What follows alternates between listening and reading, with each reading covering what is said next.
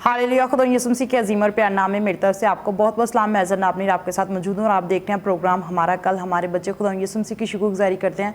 यकीनन खुदा का कलाम जो कि हमें मोहब्बत का दर्स देता है और खुदा का कलाम हमें जो सिखाता है कि हमें हम्बल रहने की ज़रूरत है, हमें हलीम बनने की ज़रूरत है। आज बड़ी ही खूबसूरत वर्ड्स भी मैं आपके साथ शेयर करना चाहती हूँ। जब आप लूका की अंजील उसका 18वां चैप्टर रीड करते हैं, उसके 14वीं आयत का दूसरा हिस्सा जो है मैं आपके साथ तिलावत करना चाहती हूँ। कलाम मुकद्दस में यूँ लिखा है, क्योंकि जो कोई अपने आप को बड़ा बनाएगा वो छोटा किया जाएगा, और जो अपने आप को छोटा बनाएगा वो बड़ा किया जाएगा। आमीन। और व्यूअर्स, जैसा कि आप जानते हैं कि हमेशा मेरे साथ मेरे बड़े भाई पास्टर नील मौजूद होते हैं, आज भी मेरे साथ मौजूद हैं। अभी वक्त है कि उनको शो में वेलकम कहें। और जैसा कि आप जानते हैं कि हमेशा से वो बड़ा खूबसूरत कलाम भी आपके साथ शेयर करते हैं। बहुत सारे लोग जो हैं वो हमें कमेंट्स कर रहे होते हैं, हमें व्हाट्सएप इनबॉक्स भी करते हैं। खुदावंद आप सबके साथ हो, खुदा आपको बड़ी बरकत दे। आप इस शो को लाइक करते हैं और यकीनन आपकी मोहब्बत की वजह से आज तक हम जो है वो गुज़श्ता 6 साल से जो है वो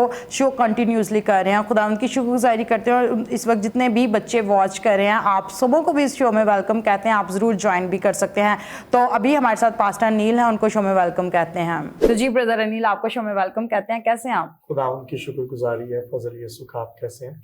मैं बिल्कुल ठीक हूँ। खुदा के कलाम में से जो वर्सेस मैंने शेयर किए हैं कि हमें अपने आप को हम्बल करने की ज़रूरत है, शॉर्टली आप क्या कहना चाहते हैं? जी बिल्कुल, किताब मुकद्दस के मुताबिक हमें अपने आप को आजिज़ करने की ज़रूरत है। और आज प्रोग्राम के आगाज़ में मैं आपको ये कहना चाहता हूँ कि आजिज़ बने, क्योंकि किताब मुकद्दस में लिखा है कि हमें झुकने की ज़रूरत है। जो झुकता नहीं वो टूट जाता है, जो अकड़ता है वो टूट जाता है। और अकड़ना मुर्दे की निशानी है और झुकना जिंदा होने की निशानी। क्यों जना? जी बिल्कुल। अगर आप चाहते हैं कि आपकी लाइफ फ्रूटफुल हो तो ज़रूर जो है वो आप झुकना शुरू करें।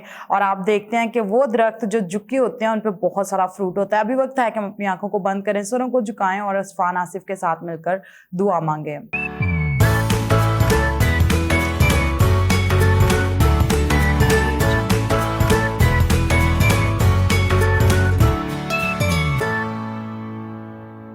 हालेलुया हालेलुया कदूस को दाम पाकर दबा नील के थाकड़ा से हम तेरा शुक्र अदा करते दबा टीचर से ना पास्टर नील के लिए दुआ करते दबा उन दोनों कपड़े चला और ज़्यादा कसरत इस्तेमाल करना दबा।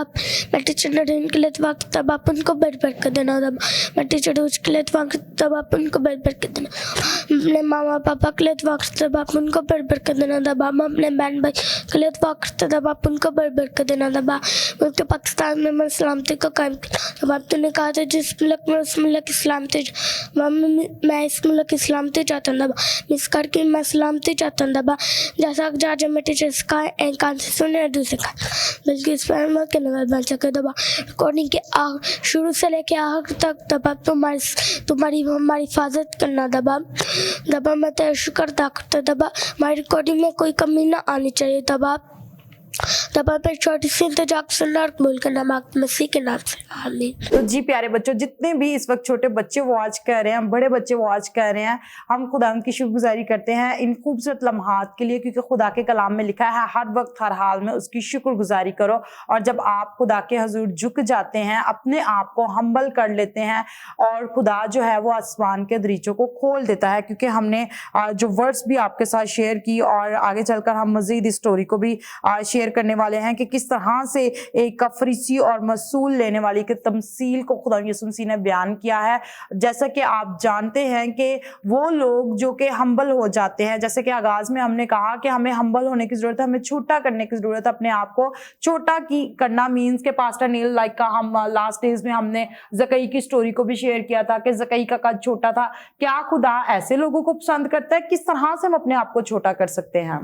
जी बिल्कुल, बाइबल मुकद्दस के मुताबिक अपने आप को आजिज़ करना, छोटा करना, किताब मुकद्दस में लिखा है कि आसमान की बादशाही छोटे बच्चे की मानद है जो मासूम होते हैं।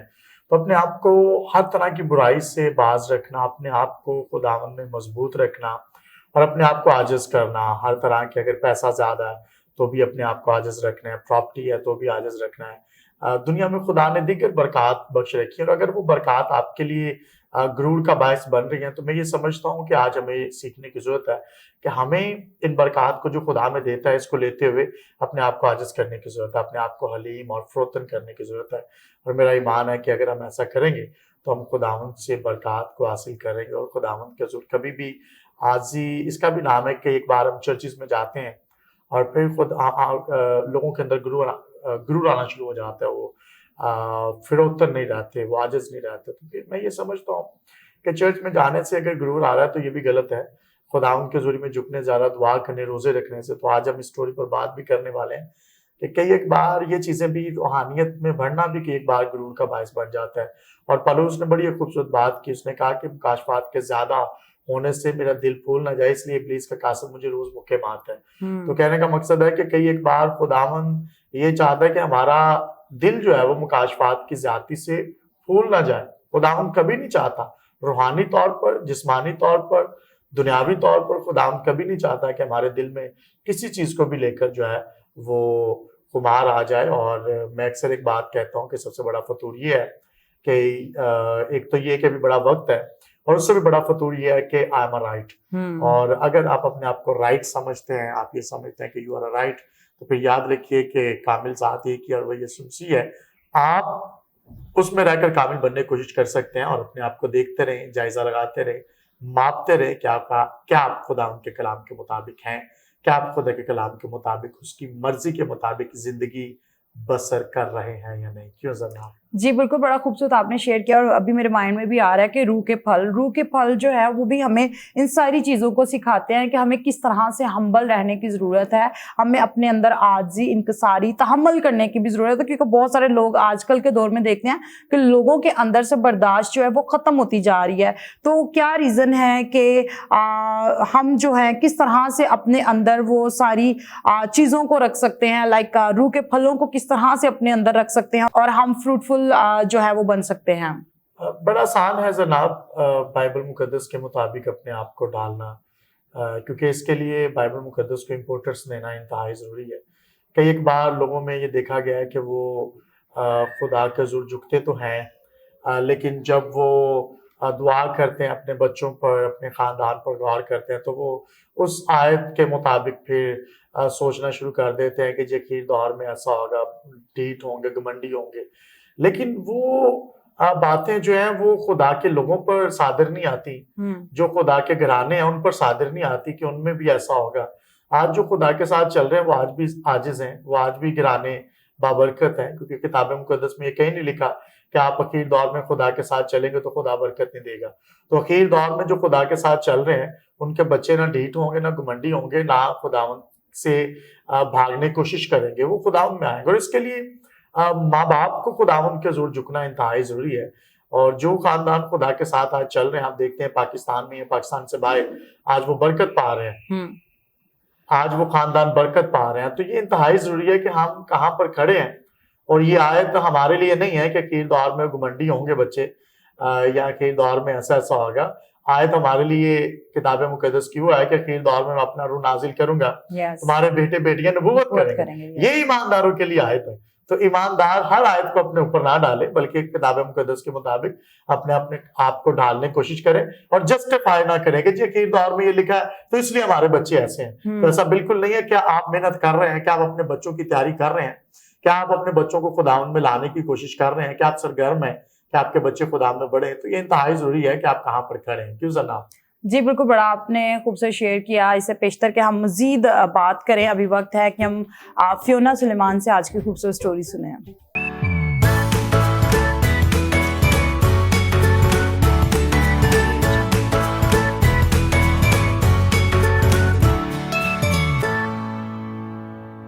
मेरी तरफ से आप सबको सलाम। मेरा नाम फियोना सुलेमान है। आज की मेरी स्टोरी का टॉपिक है एक फरीसी और मसूल लेने वाला। एक दफ़ा दो शख्स इबादत खाना में दुआ करने गए। एक फरीसी था और दूसरा मसूल लेने वाला। फरीसी सबके सामने खड़ा होकर दुआ मांगने लगा, ऐ खुदा, मैं तेरा शुक्र करता हूँ कि मैं बेईमान, लालची, जालिम या बदकार नहीं जैसे दूसरे सब लोग हैं। मैं तेरा शुक्र करता हूँ कि मैं उस मसूल लेने वाले की मालिक नहीं जो वहाँ खड़ा है। मैं हफ्ते में 2 बार रोज़ा रखता हूँ और जो कुछ कमाता हूँ उसमें से 10वां हिस्सा तुझे देता हूँ। लेकिन मसूल लेने वाला बहुत पीछे खड़ा हो गया, यहाँ तक कि उसने ऊपर देखने की भी जुर्रत ना की। एहसास पशेमानी वो अपनी छाती पीटने लगा और कहने लगा, ए खुदा मुझ गुनहगार पर तरस खा। यसू ने कहा, मैं तुमसे सच कहता हूँ कि फरीसी नहीं बल्कि मसूल लेने वाला खुदा से अपने गुनाहों की माफ़ी पा कर गया। आमीन। सो प्यारे बच्चों, आज की स्टोरी के वसीला से हमें ये सबक हासिल होता है कि खुदा उनसे खुश नहीं होता जो अपने आप को बड़ा बनाते हैं, बल्कि उनसे खुश होता है जो हलीम हो जाते हैं। Thank you and god bless all of you. जी, अभी आपने ये खूबसूरत स्टोरी सुनी है। मेरा ईमान है कि आज की स्टोरी के वसीला से भी आपने बरकत को रिसीव किया होगा। फरीसी और मसूल लेने वाला, इन दोनों में डिफरेंस क्या था और खुदा यीशु मसीह ने कितनी खूबसूरती से इस तमसील को बयान किया। आज के दौर में हम देखते हैं वो लोग जो कि एटीट्यूड रखते हैं। एटीट्यूड तो बेशक हर एक शख्स में होता है, लेकिन उस एटीट्यूड का इस्तेमाल करना कि हम किस तरह से इस्तेमाल कर रहे होते हैं। अगर मैं इस बात को आगे लेकर चलूँ कि आजकल के दौर में प्रेज करते हैं, खुदावंद की वर्शिप करते हैं, लेकिन जहाँ पे बात आ जाती है ना प्रेयर करने की, कि आपको कहा जाता है कि आप दुआ करें, आप यूनाइट होके दुआ करें, चाहे चर्च है या जुमात है, तो हम देखते हैं कि वो लोग, या स्पेशली मैं बच्चों को भी हाईलाइट करना चाहती हूँ कि क्योंकि पेरेंट्स आंखें नहीं बंद कर रहे होते तो बच्चों की भी आंखें खुली होती है। क्या मैसेज दे रहे हैं आज की हम नौजवान नस्ल को, क्योंकि जब प्रेयर का कहा जाता है तो मोस्टली लोग चर्च में आंखें खोल के रखते हैं। एक तो ये भी एक अलमिया है कि वाकई लोग बहुत सारे हैं जो दुआ में आंखें खुली होती हैं और बातें कर रहे होते हैं, कुछ तो फोन यूज कर रहे होते हैं। जी। तो हमें देखने की जरूरत है कि हम कैसे खुदा के नाम को जलाल दे रहे हैं, और जब उसका वक्त है तो फिर उसमें फिर आपका कुछ भी नहीं है, बाकी सारा वक्त ही उसका है। तो फिर हमें ये देखने की जरूरत है कि हम कहाँ पर खड़े हैं और हमें उसके वक्त में खुदा को वक्त देने की जरूरत है। और दूसरा एक ये भी अलमी है कि बहुत सारे लोगों से जब ये कहा जाए कि आप दुआ करें तो वो दुआ करनी नहीं आती। जी। तो उम्र है 70 साल 80 साल, इससे फर्क नहीं पड़ता कि आपकी उम्र कितनी है, क्या आप दुआ करने वाले हैं, क्या आप खुदावंद के झुकने वाले हैं, क्या आप खुदावंद में कोई 2-4 अल्फाज बोल सकते हैं। ऐसे बड़ी बड़ी बातें, बड़े समझदार लोग होते हैं जो कहते हैं जी हम तो खानदान के बड़े समझदार और ये बड़े बड़े फैसले करते हैं, लेकिन जब भी कलाम की या दुआ की बात आए तो वो कहते हैं भाई सब आप खुद ही कर लें। तो मैं ये समझता हूँ कि अगर हम इतने समझदार हैं, इतने मैच्योर हैं, तो फिर हमें आज इस रूहानी सफर में भी मैच्योर होने की जरूरत है। जी। और शायद दुनियावी तौर पर बहुत मैच्योर है, लेकिन रूहानी तौर पर आज नौज़ायदा बच्चे की मानिद है। तो आज हमें सीखने की जरूरत है कि हम कहाँ पर खड़े हैं। जी बिल्कुल, हमें सीखने की ज़रूरत है कि हम कहाँ पे खड़े हैं, क्यों हमारी दुआएं जो हैं वो कबूल नहीं होती। जब इंसान मुसीबत में होता है तब हम खुदा को याद करते हैं, लेकिन उस तौर से हम चर्च भी चले जाते हैं। मेरे अजीज़ों, ज़बूर की किताब में लिखा हुआ है कि खुशी से खुदावंद की इबादत करो, खुशी से उसके हजूर झुको। और हमें जब आप चर्च की तरफ रवाना होते हैं तो आपके लबों पर जो है वो खुदा की हमद और सताइश के गीत होने चाहिए, ज़बूर होने चाहिए, ताकि आप तैयारी के साथ चर्च के अंदर एंटर हों और आपके कदम जो हैं वो उस कलीसिया के लिए भी, दूसरों के लिए भी बाइस से बरकत होने चाहिए। और स्पेशली आज के दिन आप तमाम लोगों को मैसेज देना चाहते हैं कि आप जरूर अपने पासबान के लिए भी दुआ किया करें, ताकि खुदावंद उनको मोर देन जिस किसी चर्च में आप जाते हैं आप जरूर अपने खादमीन के लिए भी दुआ किया करें। तो अभी वक्त है कि हम बच्चों से ज़बूर 121 की रीडिंग करवाएं।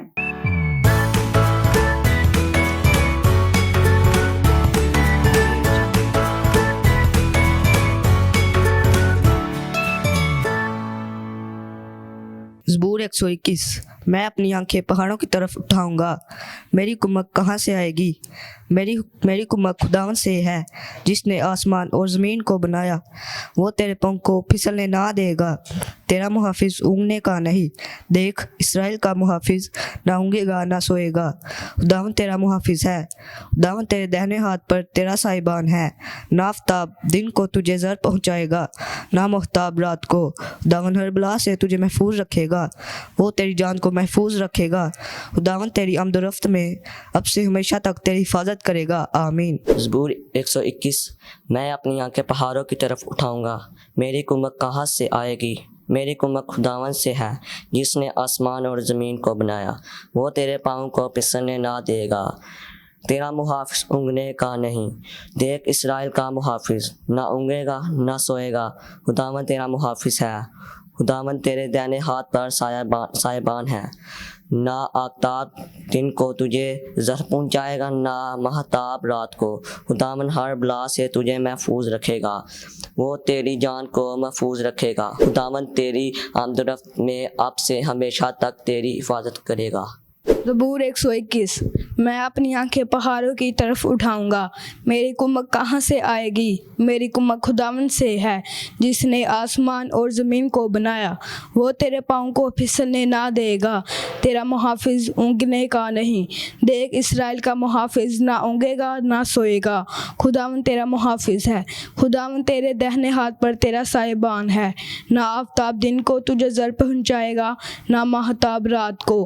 खुदावंद हर बला से तुझे महफूज रखेगा, वो तेरी जान को महफूज रखेगा। खुदावंद तेरी आमदो रफ्त में अब से हमेशा तक तेरी हिफाजत करेगा। आमीन। ज़बूर 121। मैं अपनी आंखें पहाड़ों की तरफ उठाऊंगा, मेरी कुम्मत कहाँ से आएगी? मेरी कुम्मत खुदावंद से है जिसने आसमान और ज़मीन को बनाया। वो तेरे पाँव को फिसलने ना देगा, तेरा मुहाफिज ऊँघने का नहीं। देख, इसराइल का मुहाफिज ना ऊँघेगा ना सोएगा। खुदावंद तेरा मुहाफिज है, खुदावंद तेरे दाहिने हाथ पर तेरा साहिबान है। ना आफताब दिन को तुझे ज़र पहुँचाएगा, ना महताब रात को। खुदावंद हर बला से तुझे महफूज रखेगा, वो तेरी जान को महफूज रखेगा। खुदावंद तेरी आमदरफ्त में अब से हमेशा तक तेरी हिफाजत करेगा। आमीन। जी, अभी आपने बच्चों से ये रीडिंग आपने सुनी है और बहुत सारे बच्चों का जो तलफ़ुज़ था वो बहुत बेहतर था और बहुत सारे बच्चों का जो है वो हम इम्प्रूव करवाने की कोशिश कर रहे हैं। अगर आप चाहते हैं कि आपके बच्चे इस शो का हिस्सा बने तो आप ज़रूर जो है वो हमारी इवनिंग क्लासेस को ज्वाइन कर सकते हैं। तो पास्टर नील, मैं आपकी तरफ आती हूँ। मजीद आप क्या कहते हैं कि वो लोग जो कि आज भी रूहानी तौर पर सोए हुए हैं? तो जी जनाब, बड़ी अच्छी आप बात कर रहे हैं। बहुत सारे लोग हैं जो नीम मुर्गे की हालत में हैं और आप जितने देख रहे हैं, मैं आप सबको भी कहना चाहता हूँ, अगर आप खुदावंद से दूर है, आप नीम मुर्दगी हालत में हैं, तो फिर याद रखिए स्केल 37:5 में लिखा हुआ है 4 और 5 में कि हमें खुदावंद की आवाज़ को सुनना है। सूखी हड्डियों खुदावंद के कलाम को सुनो। और किताब मुकद्दस में लिखा है कि उसने गोश्त चढ़ाया, नसें चढ़ाई और फिर रूह को डाला और फिर उन्होंने खुदावंद के कलाम को सुना। अगर आप नीम मुर्गी की हालत में हैं, आप खुदावंद से दूर हैं, तो फिर ज़रूरत है कि आज हम खुदावंद के करीब आएँ और खुदावंद से कहें कि खुदावंद तो हमारी ज़िंदगी में काम कर। और उसके कलाम को सुनने से ज़िंदगी का दम आप में आ जाता है, यानी आप रूहानी तौर पर जीवित हो जाते हैं। क्यों जनाब? जी बिल्कुल, आप बड़ा खूबसूरत शेयर कर रहे हैं और आई होप सो कि आज के एपिसोड के वसीला से व्यूवर्स जो हैं वो बरकत को भी रिसीव कर रहे होंगे। और अभी वक्त है कि हम बच्चों की आज की बड़ी खूबसूरत गेम है। टेबल के ऊपर जो है वो हम सामने जो है वो कप्स हैंग किए गए होंगे और 1 बाय 1 बच्चे जो हैं वो बॉल पास करेंगे। लेट्स सी, जो बच्चा ज़्यादा बॉल्स जो है वो कप में डालेगा वो होगा आज का विनर। तो आइए आप घर में बैठे जज कर सकते हैं कि कौन आज का विनर है।